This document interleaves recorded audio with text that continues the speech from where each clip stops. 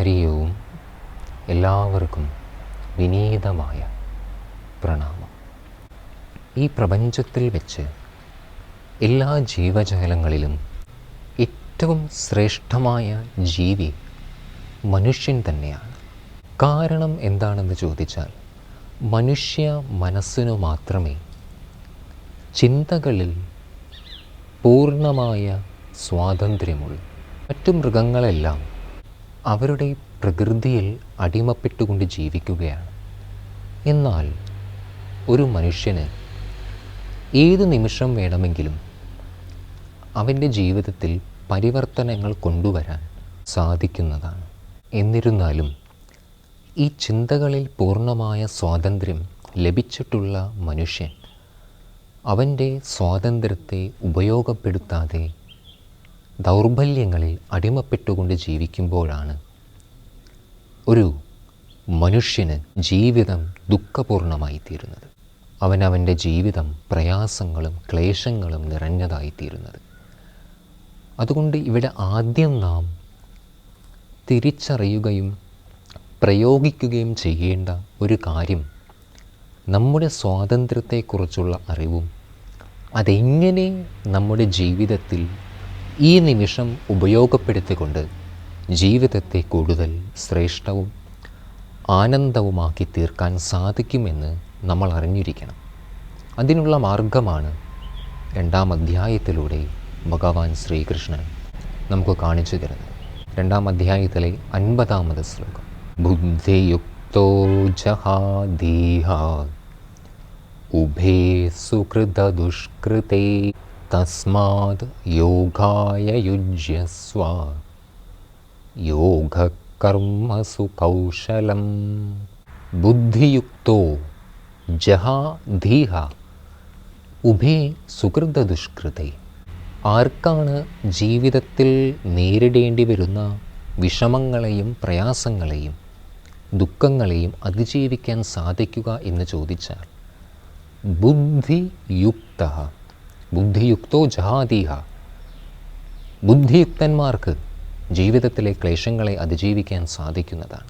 സുകൃത ദുഷ്കൃതി, അവർക്ക് ജീവിതത്തിലെ സന്തോഷത്തെയും ദുഃഖത്തെയും രണ്ടിനെയും തരണം ചെയ്തുകൊണ്ട് ദുഃഖത്തിനും സന്തോഷത്തിനും മുകളിലൊരു ആനന്ദം എന്ന മാനസിക തലത്തെ പ്രാപിക്കുവാൻ സാധിക്കുന്നതാണ്.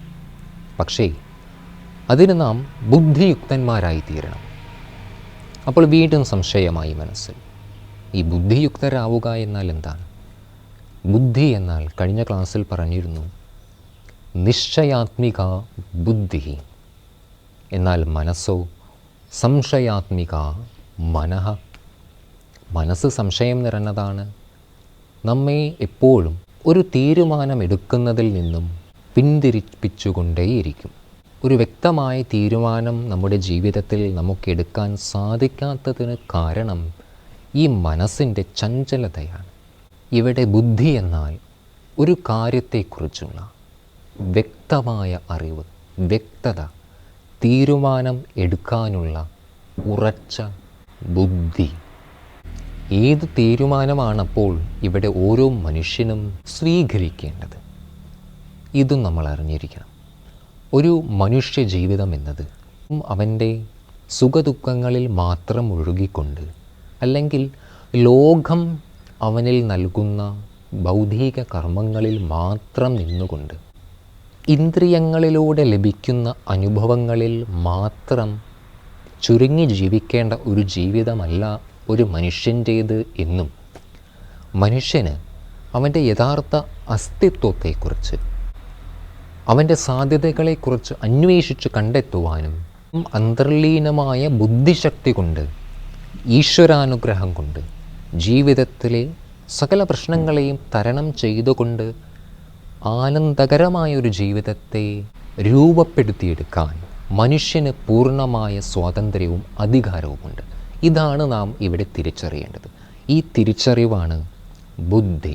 അതുകൊണ്ട് നമ്മളിവിടെ മനസ്സിലാക്കണം, ബുദ്ധിയുക്തനായി ജീവിക്കുക എന്ന് പറഞ്ഞാൽ ജീവിത വികാസത്തിന് ഏതു തീരുമാനമാണ് നാം സ്വീകരിക്കേണ്ടത് എന്ന വ്യക്തമായ അറിവും ആ ലക്ഷ്യത്തെ നേടിയെടുക്കാനുള്ള സംശയമില്ലാത്ത പ്രയത്നവും ഉഭേ സുകൃത ദുഷ്കൃതേ ജീവിതത്തിലുണ്ടാകുന്ന ലാഭനഷ്ടങ്ങളെ അതിജീവിക്കുവാൻ സാധിക്കുന്നതാണ്. ഈ ഒരു വരി നമ്മുടെ മനസ്സിലെ ഒരു ചോദ്യത്തിനുള്ള ഉത്തരമായി തീരും. ഏത് ചോദ്യമെന്നാൽ, എന്തുകൊണ്ടാണ് എല്ലാ മനുഷ്യർക്കും ഒരേപോലെ സന്തോഷമുള്ളൊരു ജീവിതം ലഭിക്കാത്തത് എന്ന ചോദ്യം മനുഷ്യ മനസ്സിലുണ്ടാകാം. എന്നാൽ ഒരു കാര്യം ഇവിടെ ഉറപ്പാണ്. ഒരു മനുഷ്യ ജീവിതം ദുഃഖമാക്കി തീർക്കണോ അതോ സമ്പന്നമാക്കി തീർക്കണോ എന്ന് തീരുമാനിക്കുന്നത് മനസ്സിലെ ചിന്തകളാണ്. ആ ചിന്തകളിൽ പരിവർത്തനം വരുത്തിയാൽ, നമ്മുടെ തീരുമാനങ്ങളിൽ നാം ഒരു പരിവർത്തനം വരുത്തിയാൽ, ബുദ്ധിയോട് യുക്തമായി ജീവിക്കാൻ സാധിച്ചാൽ, ഏതൊരു വ്യക്തിക്കും അവൻ എത്ര താഴ്ന്ന രീതിയിൽ ജീവിക്കുന്നവനാവട്ടെ, ഇതുവരെ അവൻ ഏതെല്ലാം വിഷമങ്ങളിൽ ജീവിക്കുന്നവനായിക്കൊള്ളട്ടെ, എന്തെല്ലാം വിഷമങ്ങളെ നേരിട്ടുകൊണ്ടിരിക്കുന്ന വ്യക്തിയായിക്കൊള്ളട്ടെ, കുടുംബത്തിലെ പ്രശ്നങ്ങൾ, ജോലിസ്ഥലത്തുള്ള പ്രശ്നങ്ങൾ, മാനസിക സംഘർഷങ്ങൾ എല്ലാം അതിജീവിച്ചുകൊണ്ട് ശാന്തിയും സമാധാനവുമുള്ളൊരു ജീവിതം ഏവർക്കും പ്രാപിക്കുവാൻ സാധിക്കുമെന്ന് ഇവിടെ വ്യാസമഹർഷി ഈ ശ്ലോകത്തിലൂടെ നമുക്ക് വ്യക്തമാക്കി തരികയാണ്. ഈ ശ്ലോകത്തിൻ്റെ രണ്ടാമത്തെ വരി നമുക്ക് അടുത്ത ക്ലാസ്സിൽ കാണാം. അതുവരെ എല്ലാവർക്കും വിനീതമായ പ്രണാമം. ഹരി ഓം.